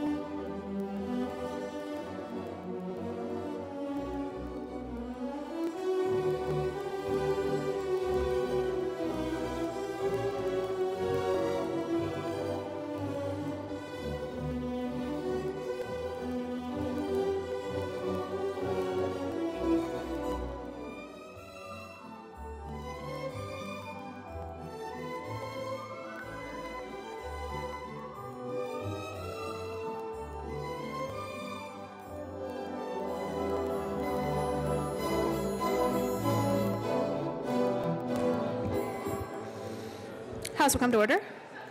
Mr. Randall, please read the report of the Committee of the Whole. Madam Speaker, your committee whole begs to report as of situation following touch bills, swinging cigar with their expired recommendations that are on House Bill 1370, easement House concurrent resolution 1002 is amended, passed second gross place account for third reading and final passage. Senate Bill 205 as amended, passed second reading and revised place account for third reading and final passage. House Bill 1057 laid over until May 1st, 2018, retaining its place on the calendar.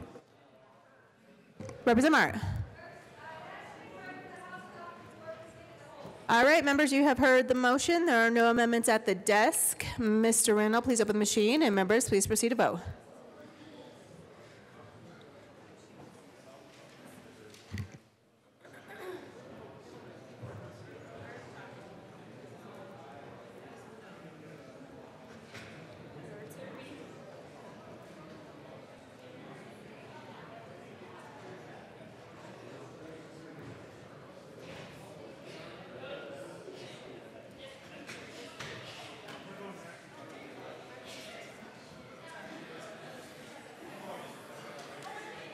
Close.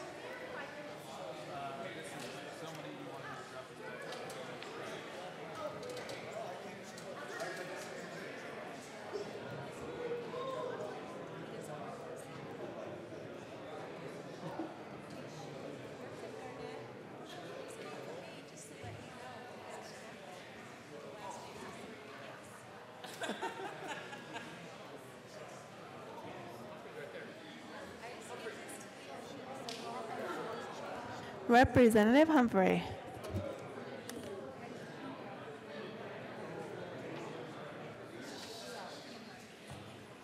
Please close the machine. With 46 yes votes, 17 no votes, and 2 excused, the report of the Committee of the Whole is adopted. All right, that takes us back to third reading of bills. Mr. Randall, please read the title of House Bill 1306. House Bill 1306, Representatives Michelson, Janae, all Senators Quorum and Moreno, concerning ensuring educational stability for students in out-of-home placement in connection with making an appropriation. Madam Majority Leader Becker. Thank you, Madam Speaker. I move for the passage of House Bill 1306 on third reading and final passage. The question before us is the passage of House Bill 1306 on third reading and final passage. Mr. Randall, please open the machine, and members, please proceed to vote.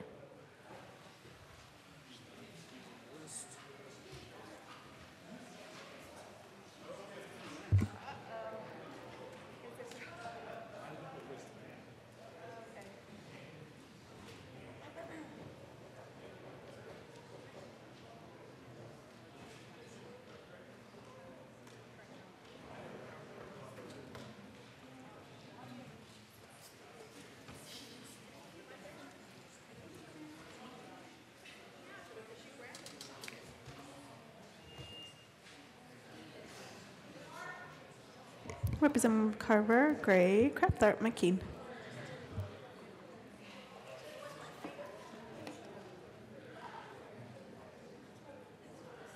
Representative McKean. Please close the machine. With 43 yes votes, 21 no votes, and 1 excuse, House Bill 1306 is passed. Co-sponsors.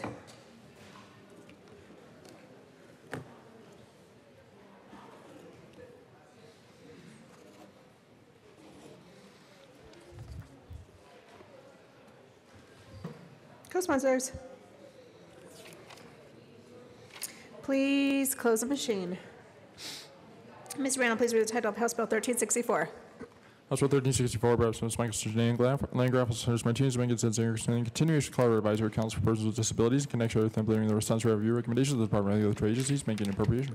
Madam Majority Leader Becker. Thank you, Madam Speaker. I move for the passage of House Bill 1364 on third reading and final passage. Question before us is the passage of House Bill 1364 on third reading and final passage. Mr. Randall, please open the machine, and members, please proceed to vote.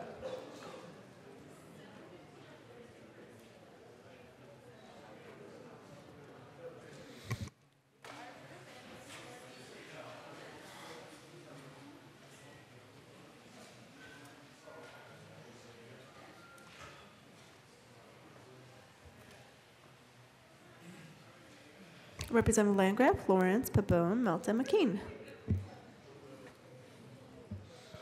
Please close the machine. With 46 yes votes, 17 no votes, and 2 excused, House Bill 1365 is passed. 1364 is passed. Co-sponsors.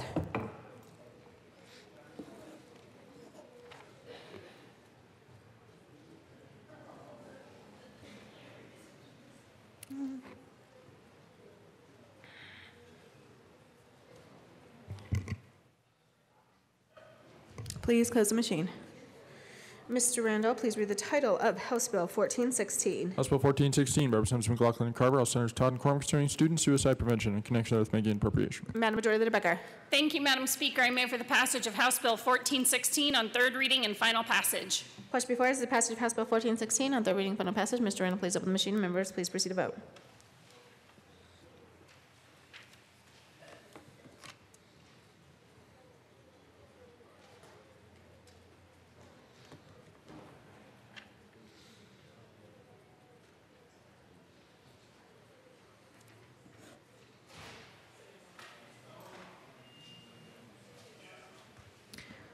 Please close the machine.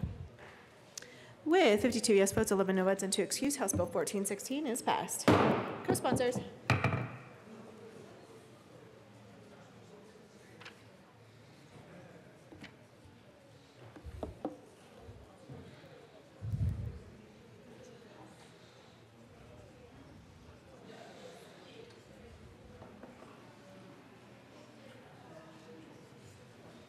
Co-sponsors.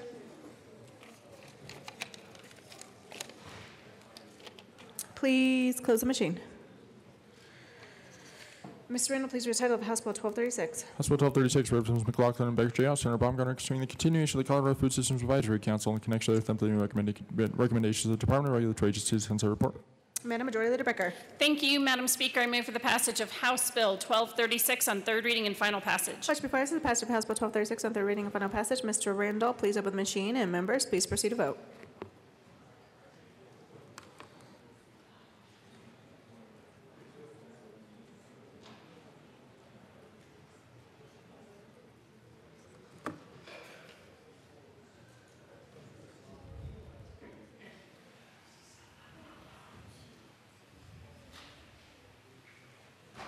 Representative Pabon, Humphrey, Herod, Madam Majority Leader.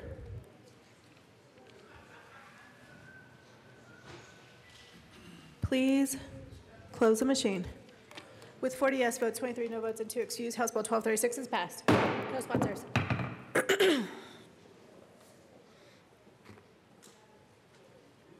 Co-sponsors.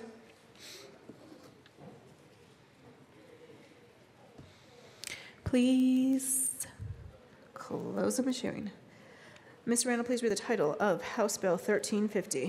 House Bill 1350, Representative Kraft Tharp, House Senator Bill, concerning the sales and use tax treatment of equipment used to manufacture new metal stocks for scrap or end-of-life cycle materials in connection with banking appropriation. Madam Majority Leader Becker.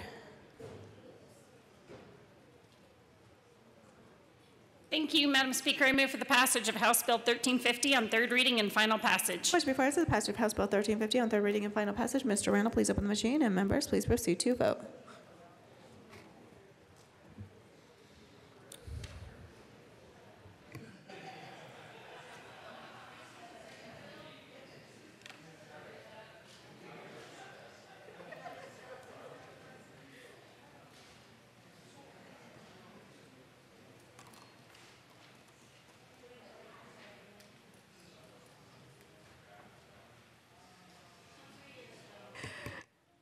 Representative Humphrey.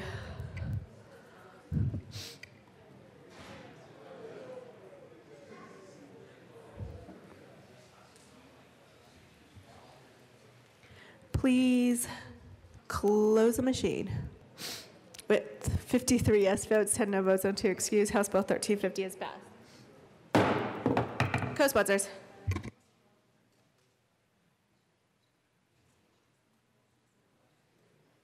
Please close the machine.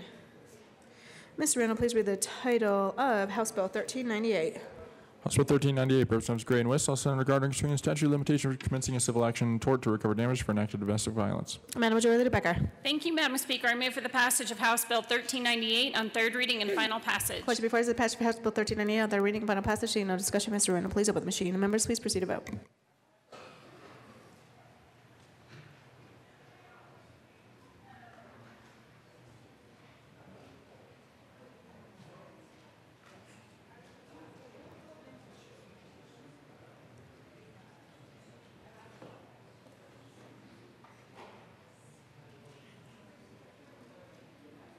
Representative Winter, Sane, Ransom, Pabon, Jackson, Catlin, and Beckman.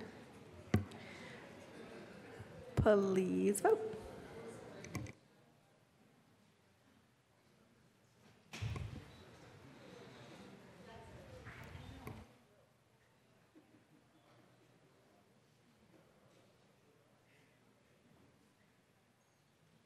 Please close the machine. With 55 yes votes, 8 no votes, and 2 excused, House Bill 1398 is passed. Co-sponsors.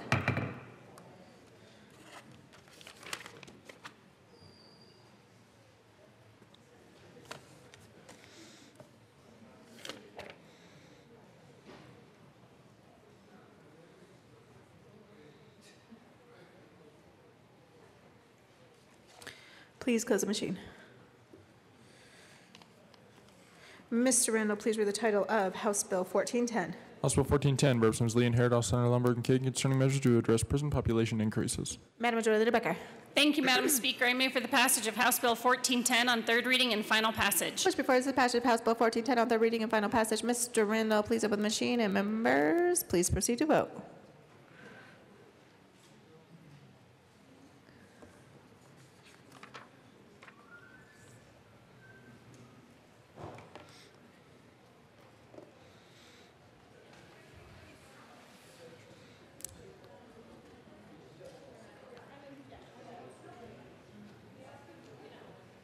Representative Pabon.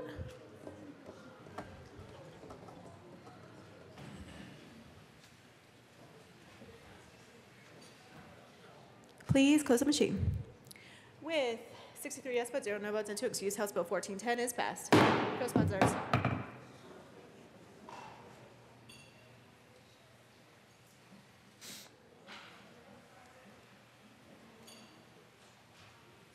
Co-sponsors.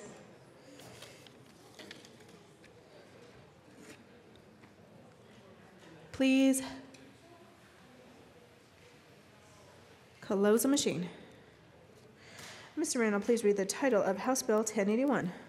House Bill 1081, Representatives Benavidez and Lee, also Senator Cook, concerning requiring the state court administrator to administer division to remind criminal defendants to appear in court as scheduled in connection with making an appropriation. Madam Majority Leader Becker. Thank you, Madam Speaker. I move for the passage of House Bill 1081 on third reading and final passage. Push before us is the passage of House Bill 1081 on third reading and final passage. Mr. Randall, please open the machine. Members, please proceed to vote.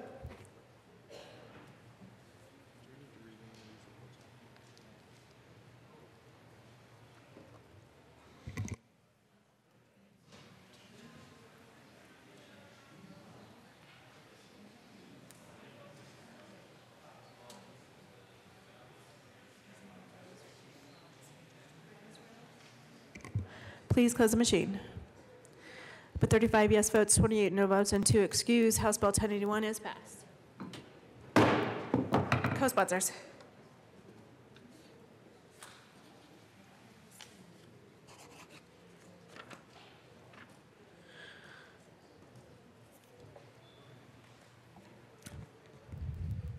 Please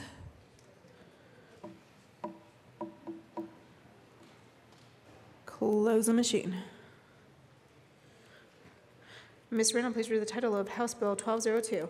House Bill 1202, Representative Garnett, all Senator Gardner, concerning an income tax credit for an employer related to employees' paid leave of absence for the purpose of making an organ donation in connection with enacting the Living Organ Donor Support Act. Madam Majority Leader Becker. Thank you, Madam Speaker. I move for the passage of House Bill 1202 on third reading and final passage. Question before us is passage of House Bill 1202 on third reading and final passage. Mr. Randall, please open the machine, and members, please proceed to vote.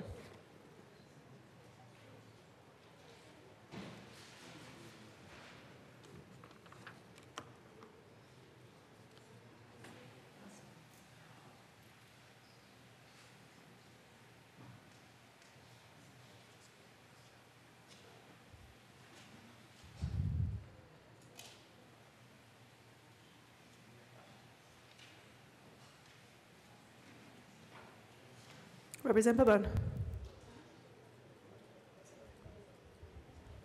Please close the machine. With 39 yes votes, 24 no votes, and 2 excused, House Bill 1202 is passed. Co-sponsors.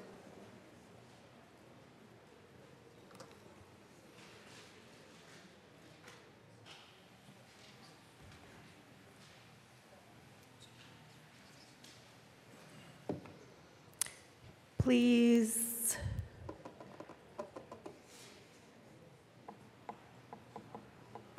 Close the machine. Ms. Randall, please read the title of House Bill 1392. So 1392, Representatives Kennedy and Rankin, House Senators Quorum Donovan, concerning the creation of the Colorado Reinsurance Program to provide reinsurance payments to health insurers that aid in high-paying health insurance cost health insurance claims in connection with authorizing the Administrator of Insurance to seek approval from the government to waive applicable federal requirements, provide federal funds available to enable the state to implement the reinsurance program, make the program contingent upon waiver of funding approval, and making an appropriation. Madam, nicely done. Madam Majority Leader Becker. Thank you, Madam Speaker. I move for the passage of House Bill 1392 on third reading and final passage. Question before us is the passage of House Bill 1392 on third reading and final passage. Mr. Randall, please open the machine. Members, please proceed to vote.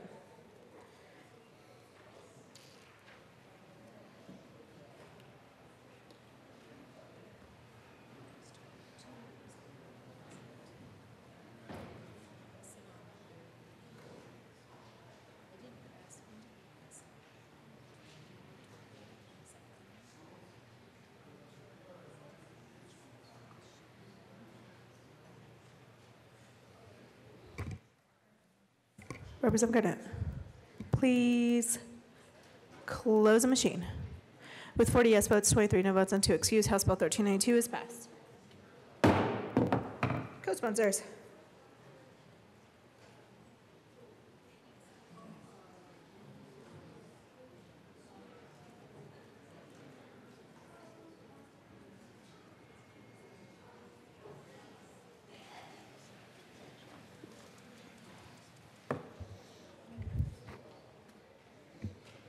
Please close the machine. Mr. Randall, please read the title of Senate Bill 150. Senate Bill 150 by Senators Schramberg and Lumberg, also Representatives McKean and Lee, concerning measures to facilitate voter registration of individuals within the criminal justice system in connection with making an appropriation.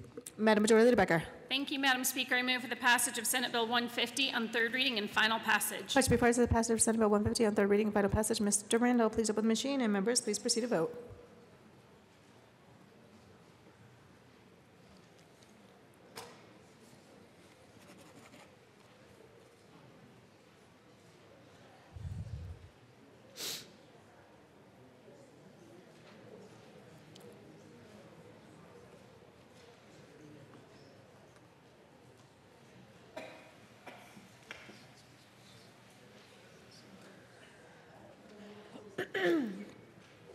Representative Papone.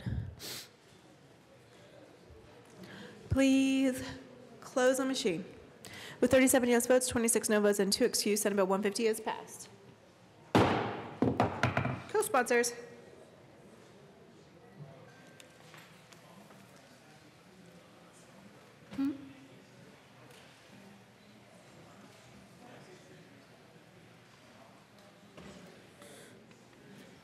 Please close the machine.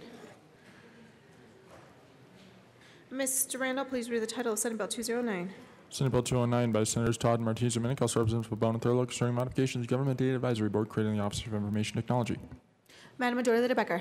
Thank you, Madam Speaker. I move for the passage of Senate Bill 209 on third reading and final passage. Question before us is passage of Senate Bill 209 on third reading and final passage. Mr. Randall, please open the machine, and members, please proceed to vote.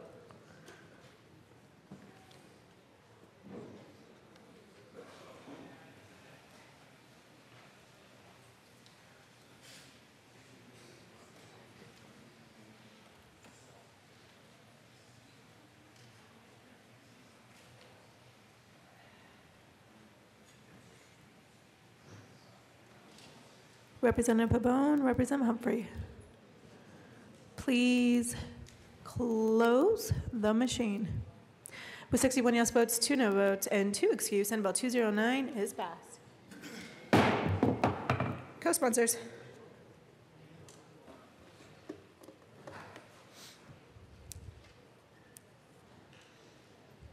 Please close the machine. Mr. Randall, please read the title of Senate Bill 119. Senate Bill 119 by Senator Gardner, also Representative Carver and Benavides, concerning false imprisonment of a minor in connection with making an appropriation. Madam Majority Leader Becker. Thank you, Madam Speaker. I move for the passage of Senate Bill 119 on third reading and final passage. Question before us is the passage of Senate Bill 119 on third reading and final passage. Mr. Randall, please open the machine, and members, please proceed to vote.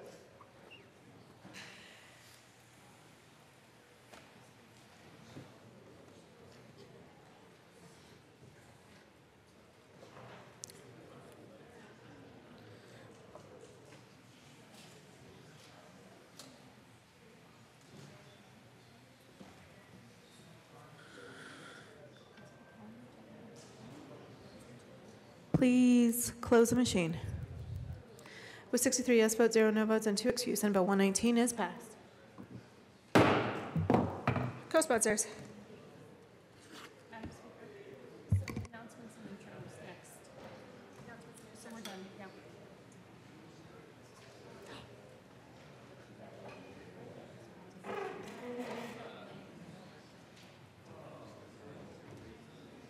Please close the machine. Next up, announcements and introductions. Any announcements or introductions? Representative Young. Thank you, Madam Speaker. Members of Appropriations, we will be meeting immediately upon a recess of the House, LSBA, for our appropriations meetings. Be there as quickly as you can, please. Thank you. All right, Representative Singer. Thank you, Madam Speaker. House Public Health Care and Human Services Committee will not be meeting today, but tomorrow, if you look at your email, there are a couple bills added to your list, 1433, 1434. All right, Representative Willett. Thank you, Madam Speaker. Thank you, members. Kind of in spirit of that license plate bill this morning, to remind you, this beard is going to get shaved off on June 23rd with proceeds through the St. Baldrick's Foundation, where they shave heads and beards. I have put in $500, and I'm going to be asking you to throw in some change of money into a bucket to try to match my $500. I'll be glad to send you an autographed picture of my bald face on June 24th. Representative Burns. Thank you, Madam Speaker. House Agriculture, Livestock, and Natural Resources will meet today at 1:30. We're going to hear Senate Concurrent Resolution 003, Senate Bill 042, Senate Bill 239, Senate Bill 235. Be prompt, be ready, and let's go. Further announcements or introductions? Representative Pabon. Thank you, Madam Speaker. And members of the House Finance Committee, this one's for you. You're going to want to pay attention here. House Bill 1390 is being added to our calendar for today. House Bill 1390. Thanks. Further announcements or introductions? Seeing no, Representative Pedersen. Thank you, Madam Speaker. Education members, Senate Bill 229 is going to be heard today. It's been on the calendar online, but I just want to make sure that that's on your radar. Further announcements or introductions? Madam Majority Leader Becker. Thank you, members. Just a quick reminder, 5:30 p.m. today, we will be back on the floor. All right, and members, we're going to read some things across the desk right now, and you're free to go. Reports of committees of reference. Committee on Judiciary, I consider the merits of the following. House Bill 1425 be referred to the Committee on Appropriations. Senate Bill 203 being as follows and as amended be referred to the Committee on Appropriations. Favorable recommendation. Committee on Public Health Care and Human Services, I consider the merits of the committee following. House Bill 1390 be as follows and as amended be referred to the Committee on Finance. Favorable recommendation. House Bill 1405 be as follows and as amended be referred to the Committee on Whole. Favorable recommendation. House Bill 1407 be as follows and as amended be referred to the Committee on Appropriations. Favorable recommendation. House Bill 1411 be as follows and as amended be referred to the Committee on Whole. Favorable recommendation. Senate Bill 16 be as follows and as amended be referred to the Committee on Appropriations. Favorable recommendation. Senate Bill 224 be referred to the Committee on Appropriations. Printing report. Chief Clerk reports following bills. Will be printed in the journal. Message from the Senate. Madam Speaker, the Senate is Message passed. from the Senate will be printed in the journal. Message from the revisor. We herewith transmit Message from the revisor will be printed in the journal. All right, with that, can we get a motion to stand in recess?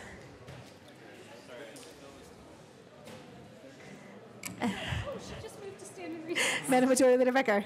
Thank you, Madam Speaker. I move that the House stand in recess till 1 o'clock today. All right, seeing no objection, the House will stand in recess until 1 p.m. today.